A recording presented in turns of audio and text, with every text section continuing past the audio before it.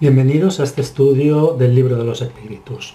Este estudio ha sido elaborado por la Asociación Espírita José Broso de Córdoba. Estamos en la clase número 5 y vamos a empezar en el capítulo primero abordando el tema de Dios y el infinito. En la primera pregunta del Libro de los Espíritus, no hagan caso a donde pone objeciones al espiritismo. Esto es de la clase anterior, no me he dado cuenta y no lo he quitado. En la pregunta número 1 del Libro de los Espíritus, Allan Kardec hace la siguiente pregunta a los espíritus. ¿Qué es Dios? Y los espíritus contestan, Dios es la inteligencia suprema y la causa primera de todas las cosas. Hay que hacer notar que la pregunta ya implica una profunda sabiduría. La idea de Dios en la época de Allan Kardec era una idea antropomorfa de Dios. A Dios se le daba atributos humanos, se le daba una forma humana. Y cuando Allan Kardec hace esta pregunta, pretende desvincularla del concepto antropomorfo que se tenía de Dios. Vemos que él preguntó ¿qué es Dios? Y no preguntó ¿quién es Dios? ¿Por qué Allan Kardec hizo esta pregunta? ¿Por qué preguntó qué es Dios y no preguntó quién es Dios? Si nosotros preguntamos quién, nos estamos refiriendo obviamente a una identidad personal, a la identidad de una persona. Sin embargo, con la pregunta qué, el concepto es mucho más amplio. El concepto no se restringe simplemente a un concepto antropomorfo. El concepto qué implica un mayor número de posibilidades. Entonces, Allan Kardec, para evitar que la pregunta direccionase de alguna forma el concepto antropomorfo de Dios, pregunta qué para dejar abierto el campo a este respecto. Entonces él pregunta ¿qué es Dios? Y no pregunta quién es Dios. La diferencia se puede entender muy claramente con un ejemplo. Si yo les preguntara ¿visteis quién salió ayer por televisión? Indudablemente vais a pensar en qué persona salió ayer por televisión. Pero si yo os pregunto, ¿visteis qué salió ayer por televisión? El concepto es más amplio, puede ser cualquier cosa. Por lo tanto, Allan Kardec, para no restringir el concepto de Dios al concepto clásico, al concepto ortodoxo, él pregunta ¿qué es Dios? Y no pregunta quién es Dios. Los espíritus también dieron en la respuesta dos definiciones, por así decir. Por un lado dijeron que era la inteligencia suprema y por otro que era la causa primera de todas las cosas. Vamos a empezar por esa primera parte de la respuesta. Dicen que Dios es la inteligencia suprema. Para entender bien esta parte de la pregunta, es necesario que nos preguntemos qué es la inteligencia. Realmente no se sabe con exactitud qué es la inteligencia. La inteligencia se puede medir, la inteligencia se puede clasificar, pero una definición exacta de lo que es la inteligencia actualmente no se sabe. Por lo tanto, podemos, repito, medirla, podemos observar sus efectos, podemos ver cómo se manifiesta, pero qué es su esencia aún no se sabe a ciencia cierta, desde un punto de vista psicológico. Hemos dicho que la inteligencia se puede medir. ¿Cómo se mide la inteligencia? Lógicamente, la única forma de medir la inteligencia es ver los resultados que produce y medir los resultados que produce la inteligencia. Los primeros intentos para medir la inteligencia fueron realizados por unos test que se hicieron célebres con el nombre de test de Simon Binet o Binet-Simon, que fueron los que de alguna forma los desarrollaron. Y estos test no tenían por objetivo el medir la inteligencia propiamente dicho. Había un problema en los medios educacionales con aquellos niños que tenían algunas deficiencias o algunos retrasos cognitivos. Y era muy difícil que esos niños se encajasen en los programas educativos en los que estaban en vigor, los programas educativos que se tenían en cuenta en aquella época. Estamos hablando de 1901-1910. Entonces, Binet desarrolló una serie de test que fueron entregados a cientos de alumnos. Y cuando obtuvo muchos resultados, hizo una valoración de cuáles eran las respuestas acertadas, cuáles eran las respuestas incorrectas. Y sacó una media, sacó un promedio. Todo lo que estaba dentro de ese promedio se consideraba una inteligencia normal. Lo que superaba ese promedio se consideraba una inteligencia más desarrollada, y lo que estaba por debajo de ese promedio se consideraba que eran niños que eran menos inteligentes. Entonces tendríamos la inteligencia normal, la que está dentro del promedio, la inteligencia, digamos, más inteligentes, niños más inteligentes, los que superaban ese promedio, y niños menos inteligentes, los que estaban por debajo de ese promedio. Esto se hacía aplicando una serie de tests, una serie de preguntas que tenían en base fundamentalmente cálculo, comprensión de lo que se había leído, etc. Lo que sucede es que muchas personas eran capaces de sacar notas muy altas en estos tests y sin embargo en su vida diaria no tenían un éxito como otras personas que en estos test obtenían respuestas más bajas, sin embargo en su vida personal tenían más éxito. Este es un ejemplo de test. Ahí vemos que hay preguntas, tenemos por ejemplo ahí una secuencia de cartas y hay que elegir la carta que falta, una secuencia de números, de fichas de dominó, y hay que elegir aquella ficha que corresponda. Lo que pasa es que esto lo que mide más son los conocimientos y no tanto la inteligencia.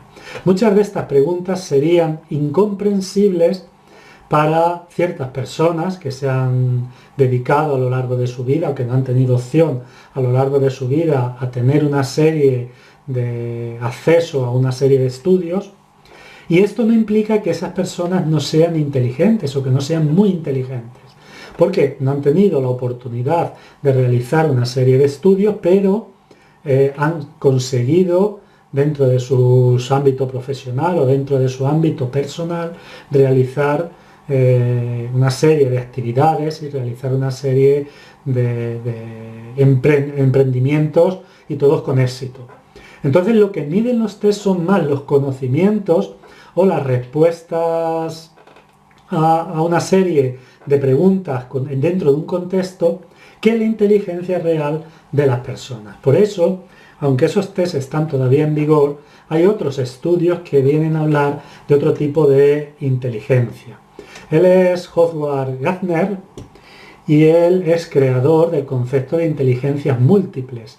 Él dice que hay en el ser humano muchos tipos de inteligencia y que unos se desarrollan en unos campos y otros se desarrollan en otros.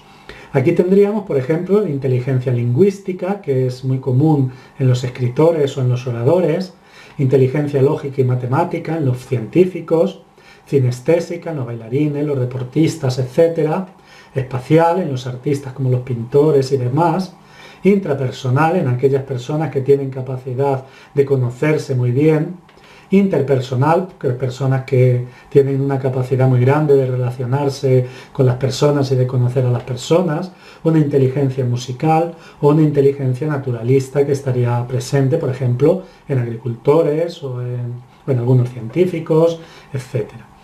Vemos cómo el concepto de inteligencia se amplía. La inteligencia no es ya una respuesta a una serie de cuestiones que tienen como base la escritura, la lectura y el cálculo, sino que hay una serie de cualidades dentro del ser humano que, por hacer parte de sus características como ser individual y ser personal, hacen parte también de su inteligencia. Más adelante, Peter Salovey y John D. Meyer crearon el concepto de inteligencia emocional. Es decir, dieron un nuevo campo y abrieron un nuevo campo para la inteligencia. La inteligencia aquí ya no es simplemente el saber multiplicar muy bien, el saber hacer una serie de cuestiones cognitivas de forma correcta, sino también la capacidad de analizarnos interiormente, saber identificar nuestros procesos emocionales, dirigirlos correctamente y encaminarlos para una finalidad positiva. Por lo tanto, el control de nuestras emociones y la capacidad de dominar nuestras emociones también entra dentro del campo de la inteligencia. También tendríamos el doctor Ramón Gallegos, que ha creado el concepto de inteligencia espiritual.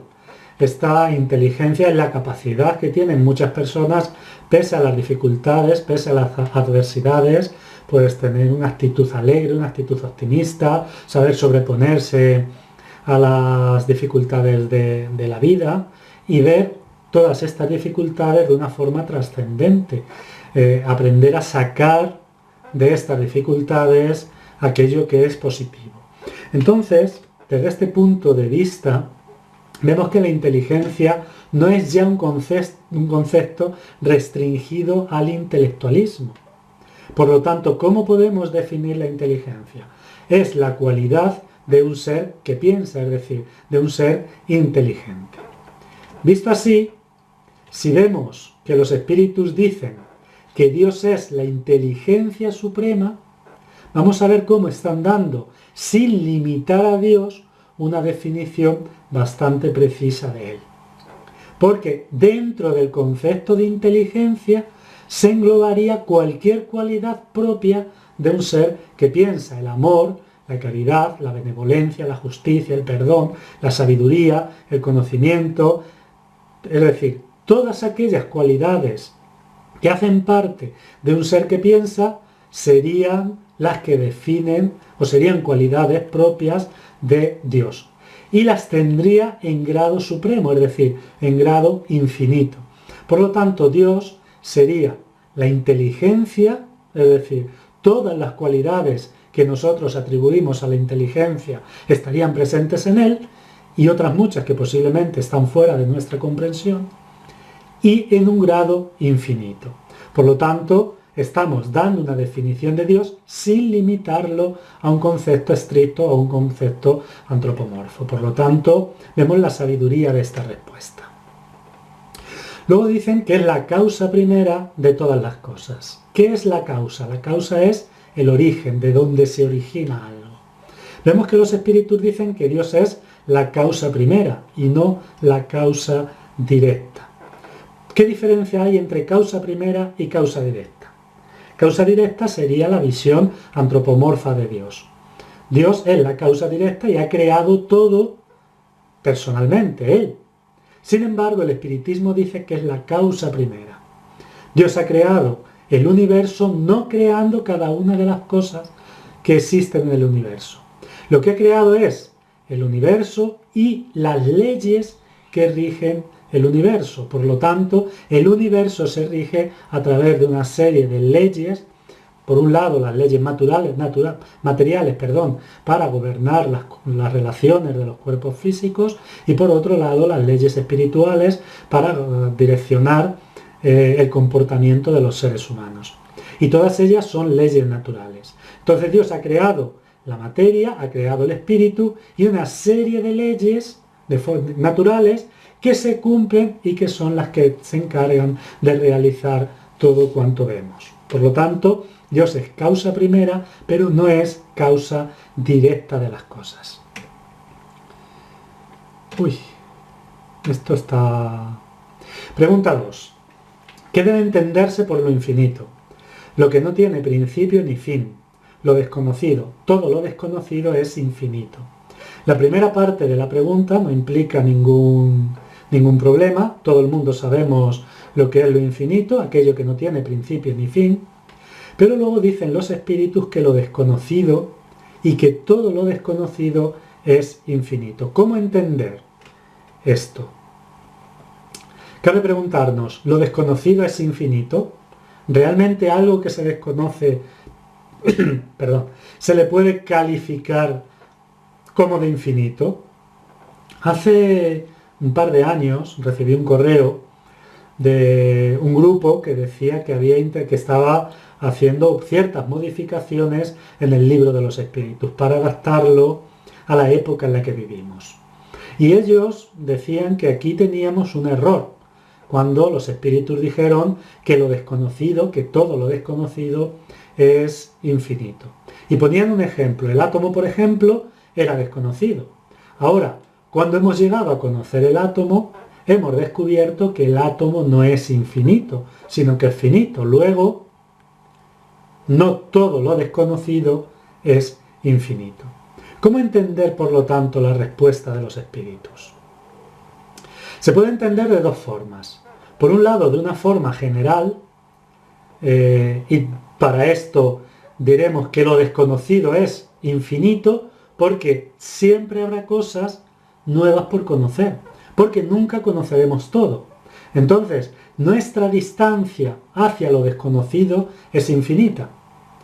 Entonces, todo aquello que se desconoce será infinito en el sentido de que nunca podremos saber todo lo que hay y conocer todo lo que hay.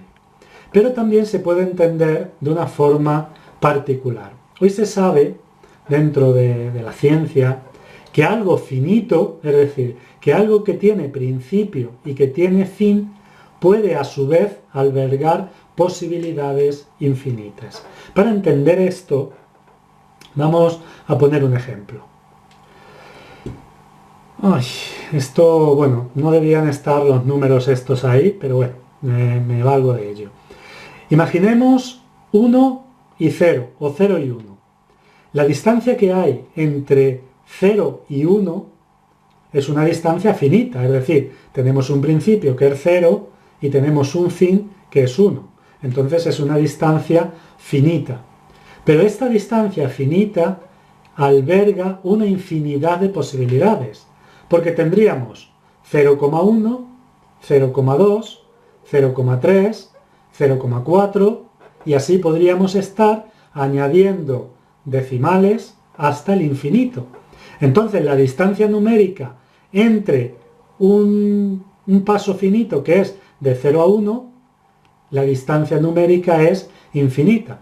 No tiene principio, porque hemos empezado en 0,1, pero podríamos empezar en 0,01 o podríamos empezar en 0,001 y podríamos seguir añadiendo ceros y no encontrar nunca un principio.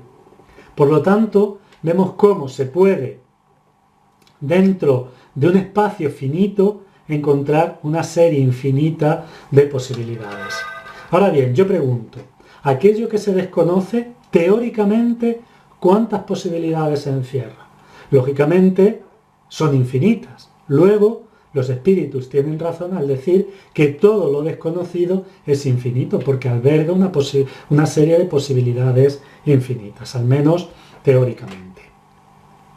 Y la pregunta 3 dice, ¿podría decirse que Dios es lo infinito? Y los espíritus responden, definición incompleta, pobreza del lenguaje de los hombres que no basta para definir las cosas superiores a su inteligencia.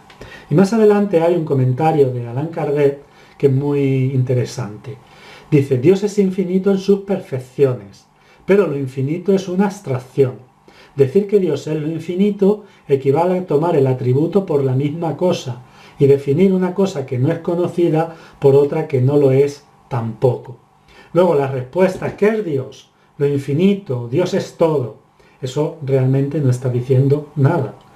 Dios es infinito en sus perfecciones, es decir, sus perfecciones son infinitas, sus atributos son infinitos, su amor es infinito, su sabiduría es infinita, pero decir que Dios es lo infinito equivale a decir que el atributo es lo mismo que Dios. Es como si dijésemos,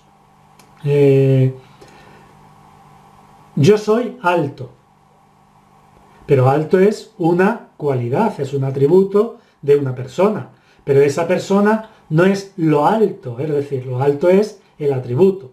Entonces, decir esa persona es lo alto implica que estamos tomando al atributo como a la persona. Por lo tanto, no podemos decir que Dios es lo infinito. Dios es infinito en sus perfecciones, es decir, tiene perfecciones infinitas, pero lo infinito, repito, no define a Dios. Y luego muy interesante el comentario que hace Kardec cuando dice que estamos definiendo una cosa que no conocemos, que es Dios, por otra que tampoco conocemos, que es lo infinito. Por lo tanto, no estamos haciendo nada.